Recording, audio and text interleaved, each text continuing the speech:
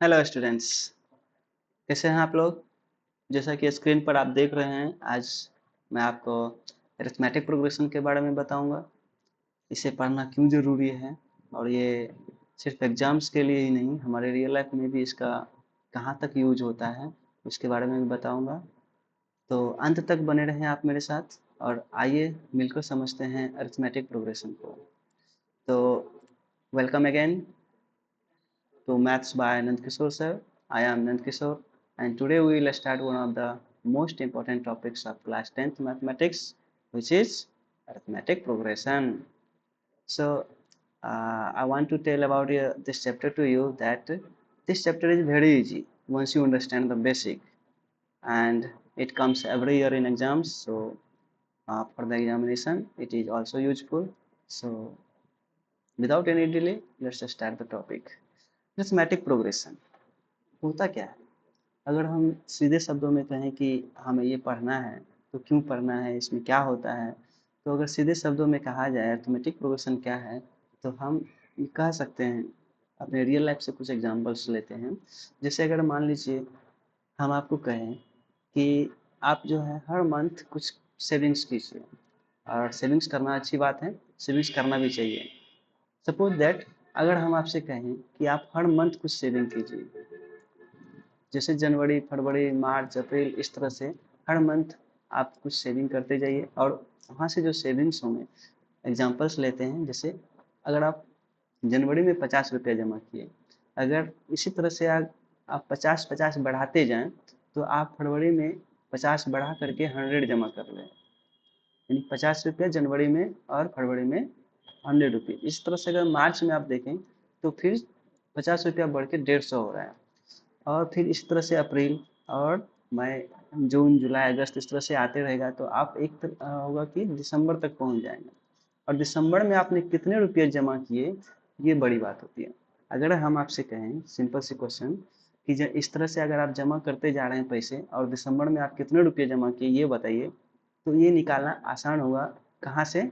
तो आज जब आप पढ़ेंगे अरिथमेटिक प्रोग्रेशन को, और ये काफ़ी इंटरेस्टिंग सब्जेक्ट है, सॉरी चैप्टर है। सब्जेक्ट तो मैथ्स सबसे इम्पोर्टेंट और इंटरेस्टिंग तो होता ही है। तो रियल लाइफ में इसका कैसे यूज है वो हम बता रहे हैं। जैसे आप अगर सीढ़ी, घर सभी के घर में सीढ़ी होते हैं, छत होते हैं, तो सीढ़ी लगी होती है। तो सीढ़ी पर जब आप चढ़ते हैं, तो हर एक स्टेप्स के बाद आपकी जो होती है ऊंचाई वो बढ़ती जाती है।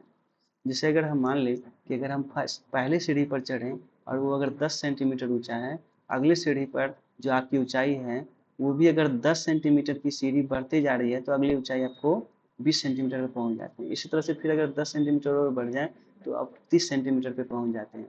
इस तरह से बढ़ते जाते हैं, और एक समय होता है जब आप छत पर होते हैं, तो आप जमीन से ऊंचाई पर रहते हैं। तो यहाँ पर आप एक चीज़ नोटिस कर रहे होंगे कि जो यहाँ पर जो नंबर्स बढ़ रहे हैं, यहाँ पे जैसे इस रुपीज़ में बात करें 50, तो 50 रुपया बढ़ने के बाद 100 रुपया हुआ, फिर 50 रुपया बढ़ने के बाद 100 रुपया हुआ। तो ये जो नंबर है इसके बारे में हम आगे बताएंगे कि 50-50 जो बढ़ रहे हैं उसको क्या कहेंगे, क्या होता है। तो आइए स्टार्ट करते हैं, इसमें और जानकारी जुटाते हैं। तो हाँ, एक बात और है कि अब मैं जो हूँ एक सरकारी टीचर भी बन गया हूँ। तो आइए हम आपको अच्छी तरह से एक्सप्लेन करने की कोशिश करते हैं। अरिथमेटिक प्रोग्रेशन, जैसा कि आप देख पा रहे हैं यहाँ पर कुछ बातें लिखी है। जैसे A is the first term of an AP. देखिए, मैथ में लैंग्वेज उतना इम्पोर्टेंट नहीं है। लैंग्वेज एक समझने का जरिया होता है, वो मानता हूँ, लेकिन उतना भी आपको ये नुकसान नहीं करेगा कि इंग्लिश आपके लिए इतना भी कमज़ोर नहीं होना चाहिए कि आपको समझ में नहीं आना चाहिए। तो मैथ के लिए इंग्लिश उतनी मायने नहीं रखती है। तो जैसे हम आपसे स्टार्ट करते हैं, अरिथमेटिक प्रोग्रेशन को समझाने की कोशिश करेंगे। यहाँ पे कुछ बातें लिखी हैं, यहीं से हम चलेंगे। जैसे यहाँ पे लिखा हुआ A is the first term, ठीक है, इसके बारे में हम आगे बात करेंगे कि ये सब होते क्या हैं, ये सब की टर्म हो। तो यहाँ पर हम एक एक करके अगर चर्चा करें, तो हम अगर एग्जांपल्स उठाते हैं, जैसे आपने फर्स्ट मंथ में 50 रुपीज़ जमा की, इसी तरह से सेकेंड मंथ में आपने 100 रुपीज़ जमा की, इसी तरह से अगर अगले मंथ में आपने 150 रुपये जमा की, एंड सो ऑन दिसंबर तक आप जमा करते गए, तो आपके दिसंबर खत्म होने के बाद आपके पास कितने पैसे जमा होते हैं। तो आपको ये ज़रूरत नहीं पड़ेगी कि आप हर महीने जोड़ जोड़ करके जो है वो काउंट कर लें, नहीं। तो इसी को हम इसे यहाँ पे समझ लेंगे तो सबसे पहले हम की टर्म्स की बात कर लेते हैं कि कुछ की टर्म्स होते हैं इसमें अरिथमेटिक प्रोग्रेशन में, वो क्या क्या होते हैं। जैसे यहाँ पर कहा गया है कि ए इज द फर्स्ट टर्म। अगर यहाँ पर एक एपी हम लिख रहे हैं, ये वाला 50, 100, 150 इस तरह से आगे करके, तो इसमें जो पहला टर्म होता है वो ए कहलाता है। किसी भी एपी का फॉर एग्जांपल अगर हम बात करें कि हम एक और एपी लिख रहे हैं यहाँ पे, जैसे 2, 4, 6, 8, और ये सब बचपन में आप करते होंगे। जैसे आप अगर अपने 6 या 7th क्लास को या 5th क्लास को याद करें तो उसमें आपको कुछ टर्म्स दिए जाते थे। जैसे यहाँ पर अगर हम एक ब्लैंक पेज लेते हैं, कुछ काउंटिंग्स नंबर जैसे 1, 2, 3, और इसके बाद आपको खाली जगह दिया जाता था कि इसमें भरिया आगे क्या होगा, तो आप भरते थे 4 होगा, 5 होगा, 6 होगा। और ये आप कैसे कैसे डिसाइड करते थे, तो आप देख रहे होते थे कि पीछे जो है +1, फिर +1, इस तरह से बढ़ते जा रहा है। यानी हमारा जो अगला नंबर आ रहा है वो पिछले वाले नंबर से एक ज़्यादा, एक बढ़ बढ़ के आ रहा है, तो आप आराम से इसको भर देते थे, इसके बाद 7 आएगा। इसी तरह से कुछ और भी नंबर जैसे 3 का गैप भी दिया जाता था, तो आप इसको भर सकते थे, जैसे 3, 3, 6, फिर 9, फिर 12, और पूछा जाता था कि इसके आगे क्या होगा, तो आप आराम से इसको भरते थे कि इसमें कितना बढ़ रहा है, तो 3 बढ़ रहा है, तो इसका मतलब है कि 12 में 3 बढ़ने के बाद जो है 15 आ जाएगा। तो ये जो नंबर होता है, जो सेम नंबर सब जगह बढ़ रहे होते हैं, हमने इसी नंबर को हम कहते हैं डी। ठीक है, तो यहाँ पर हमारे पास लिखा हुआ है कि, अच्छा डिफिनेशन की बात करें सबसे पहले, तो यहाँ लिखा है कि एन अर्थमेटिक प्रोग्रेशन, जो एपी हमारा है वो क्या है, जस्ट ए सीक्वेंस, एक सीक्वेंस है जिसमें हमें पता होता है कि आगे क्या आने वाला है। Just a sequence of numbers where you keep adding, हम ऐड कर रहे होते हैं। क्या ऐड कर रहे होते हैं, एक नंबर जो सेम होता है, सेम नंबर। एग्जाम्पल्स में हम यहाँ पे बात कर रहे हैं कि 3, 6, 9, 12, 15, तो इसमें कौन सा नंबर हम ऐड कर रहे हैं, तो 3, 3, 3, यही है हमारा सेम नंबर। ये जो सेम नंबर है ये हमारा आगे के नंबर को फाइंड करने में मदद करता है। जैसे अगर आप ये इसको देख पा रहे होंगे तो ये एक नेचुरल नंबर का सीक्वेंस है। ठीक है, 1, 2, 3, 4, 5 गिनती की संख्या नेचुरल नंबर है, प्राकृतिक संख्या है। इसमें एक एक बढ़ते हुए आगे चल रहा है। अगर आपसे पूछा जाए 7 के बाद क्या आएगा, तो आप आसानी से बता सकते हैं। तो यही हमारा एपी है। तो अच्छा, इसमें जो सेम नंबर है इसी को हम कहते हैं डी। डी का मतलब हो गया कॉमन डिफरेंस, कॉमन डिफरेंस, या इसी को आप हिंदी में कहना चाहें तो इसको कहते हैं सार्वंतर, सार्वंतर। तो सार्वंतर जो होता है वो एक ऐसा नंबर होता है जो सेम नंबर होता है, मतलब एक ही नंबर होता है सब जगह के लिए। यहाँ पर आपसे कहा गया है अगले बार कि जो सेम नंबर हमारा है, same number is the common difference, इसी को हम डी कहते हैं। तो आप पहला बात तो ए को समझ गए, ए क्या कहलाएगा, फर्स्ट टर्म, फर्स्ट टर्म कहलाएगा, यानी पहला पद। और अगर डी की बात करें तो डी हमारा क्या कहलाएगा, तो डी कहलाएगा कॉमन डिफरेंस, या सी डी कहें, या इसी को कहेंगे सार्वंतर हिंदी में। और डी वैसा नंबर होता है जो सेम नंबर, यानी कि अगर डी कैसे निकालते हैं वो हम आपको आगे बताएंगे। तो अब यहाँ पर अच्छा एन, एन क्या है, तो एन जो है हमारा वो नंबर ऑफ टर्म्स होता है। यानी अगर किसी एपी में हम आगे जैसे इसी एग्जांपल लेते हैं, 1, 2, 3, 4, 5, 6, 7 इस तरह से अगर आगे बढ़ते जाएं और 8 तक इसको खत्म कर दें, कि हमारा जो एपी है 1 से स्टार्ट हुआ और 8 पे खत्म हो गया, तो यहाँ पर टोटल नंबर ऑफ टर्म्स अगर बात करें तो टोटल नंबर ऑफ टर्म्स यानी एन जो होगा वो क्या होगा, 8। तो एन जो है वो हमारे नंबर ऑफ टर्म्स को बताता है। जैसे हम किसी एपी का 10वां पद निकालना चाहें, किसी एपी का 12वां पद निकालना चाहें, तो इस तरह से इसे हम एग्जाम्पल्स लेकर के, क्वेश्चंस लेकर के इसे आसानी से समझेंगे। तो यहाँ पर एन की बात हो गई। अब यहाँ पे डी की बात कर लिए, डी हमारा क्या हो गया, कॉमन डिफरेंस। अब जनरल टर्म की बात अगर हम करें तो जनरल टर्म जो है एपी का वो होता है A plus N minus one into D. कैसे आता है ये भी हम आपको समझाएंगे फिलहाल। तो आप इसे समझिए कि टर्म्स कौन कौन से होते हैं। तो सबसे पहले आप इसी को डिटेल्स और बताते हैं। जैसे पहला टर्म किसी एपी का होगा ए। अब इसका अगला टर्म, जैसे अब यहाँ पे समझिए कि आप अगर 1, 2, 3, 4, 5 ये नंबर्स ले रहे हैं, एक सेकेंड मैं इसका ये बदल लेता हूँ।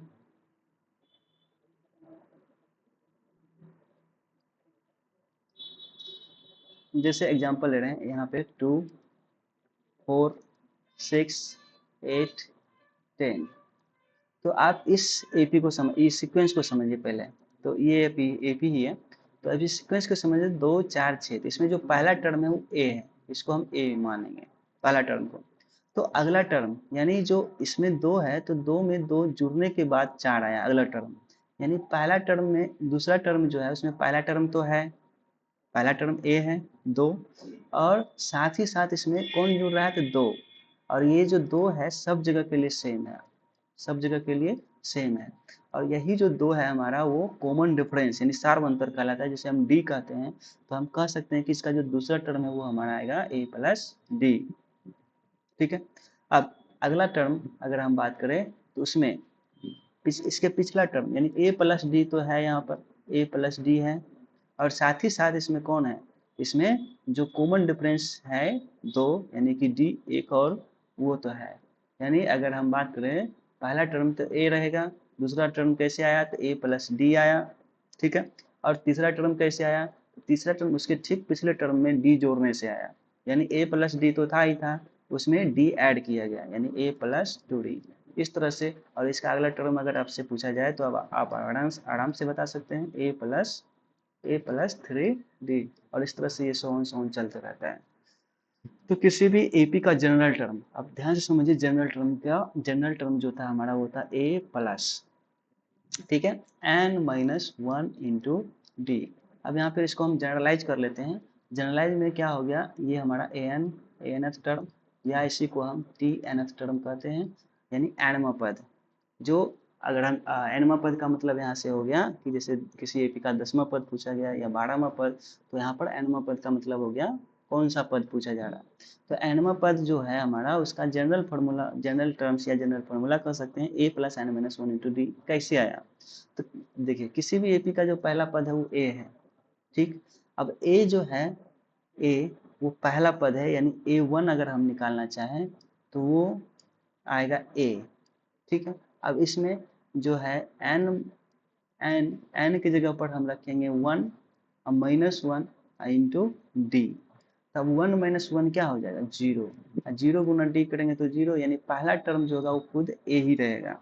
अच्छा, दूसरा टर्म की हम बात करें, दूसरा टर्म यहाँ पर आप देख रहे हैं ए प्लस डी लिखा हुआ है, और ए प्लस डी का मतलब यहाँ पर कैसे निकल कर वो हम बता रहे हैं। तो ए प्लस डी को अगर हम जनरलाइज करें तो ए प्लस, अब एन, एन की जगह यहाँ जो एन है, एन की जगह अब यहाँ पे दो आ गया, तो यहाँ पर दो देखेंगे, दो माइनस वन इंटू डी, तो यहाँ पे आएगा ए प्लस, और दो में से एक जाएगा तो एक बचेगा, वन इंटू डी यानी डी। तो आप देख रहे हैं यहाँ पे दूसरा पद जो आ रहा है वो ए प्लस डी आ रहा है। इसी तरह से अगर हम तीसरा पद निकालना चाहें ए थ्री, तो अगर आप देखें तो आप पहले से निकाल चुके हैं ए प्लस थ्री क्या है, ए थ्री, यानी तीसरा पद जो है ए प्लस टू डी है। तो अगर आप जनरल टर्म से आप इसे फाइंड करना चाहें तो ए प्लस और एन, एन की जगह पर आप कितना आएगा, थ्री आएगा, तो three minus one into D, और यहाँ से थ्री में से वन जाएगा तो कितना बचेगा, दो, वन ए प्लस टू डी। तो आप यहाँ पर ऑलरेडी निकाल चुके हैं, इसका तीसरा पद कितना है, three two d, a plus two d. तो अगर आपसे अब सिंपल से भाषा में पूछा जाए तो आप किसी भी एपी का अगर आप 15वां पद बताया, ए15 बताइए, 15वां पद बताइए, तो आप आराम से बता सकते हैं ए प्लस 14 डी। अब ये कहाँ से आया, तो आप जनरल टर्म्स को देख रहे हैं, A plus N minus one into D होता है। यहाँ पर ए प्लस और एन की जगह पर हमारा क्या है 15, यहाँ पर हम रखेंगे 15 माइनस वन इंटू डी, और जब इसको सॉल्व करेंगे तो हमारा आएगा ए प्लस 14 डी।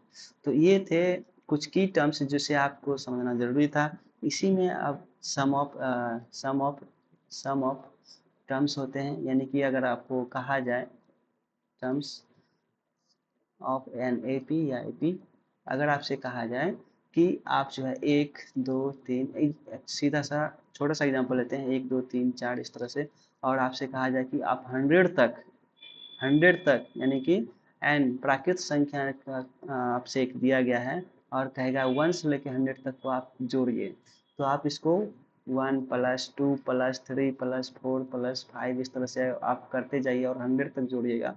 तो इसमें आपको टाइम कंज्यूम होगा और साथ ही मिस्टेक्स होने के चांसेस भी होंगे। तो एसएन का मतलब यहाँ पर इसको हम एसएन से डिनोट करते हैं, ठीक है, यानी सम ऑफ एन नंबर, एन का मतलब यहाँ पे नंबर ऑफ टर्म्स आपको पहले बता दिया गया।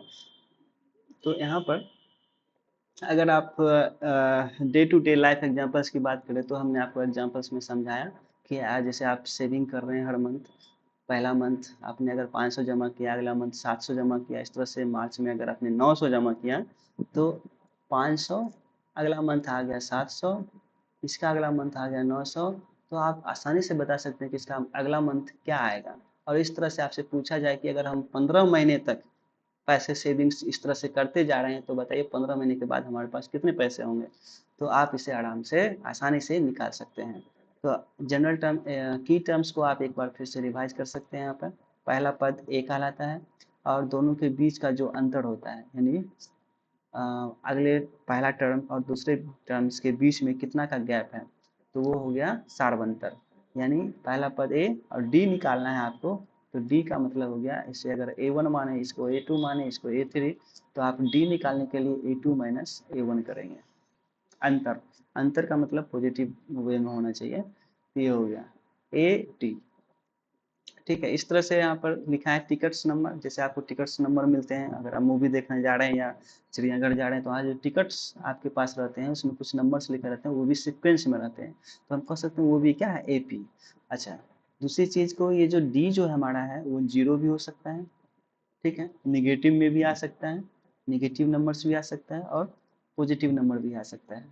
जिस तरह से आपके रोल नंबर्स, आपके क्लास के रोल नंबर्स जो आपको मिलते हैं 1 2 3 4, वो भी आपके क्या होते हैं, एपी में होते हैं। तो ये बात होती है। तो इंट्रोडक्शन में हम आपको बता चुके हैं सेम नंबर क्या कहलाएगा। तो सेम नंबर हमारा वही जो सार्वंतर है डी, सभी एपी का सेम नंबर सेम होता है। तो यहाँ तक हमारा इंट्रोडक्शन था। इसमें हम नेक्स्ट आपसे बात करेंगे कुछ क्वेश्चंस लेकर के। तो क्वेश्चंस के लिए आप हमारे साथ बने रहें। आपको अगर ये कॉन्सेप्ट समझ में आ रहा है तो आप बिल्कुल आप अपने दोस्तों के साथ इसे शेयर करें, सब्सक्राइब करें चैनल को, और आ, हमें आगे अगर आपको कोई इस तरह के क्वेश्चंस होते हैं तो आप कमेंट बॉक्स में निश्चित रूप से डालें, हम इस पर अगले वीडियो में इस पर बातचीत करेंगे। तो अगर आपके कुछ डाउट्स हैं तो आप किसी भी टॉपिक्स के, मैथ में किसी भी टॉपिक से अगर आपको डाउट होते हैं तो आप कमेंट बॉक्स में डालें, हम इस पर अगले वीडियो में बात कर लेंगे। ठीक है, धन्यवाद।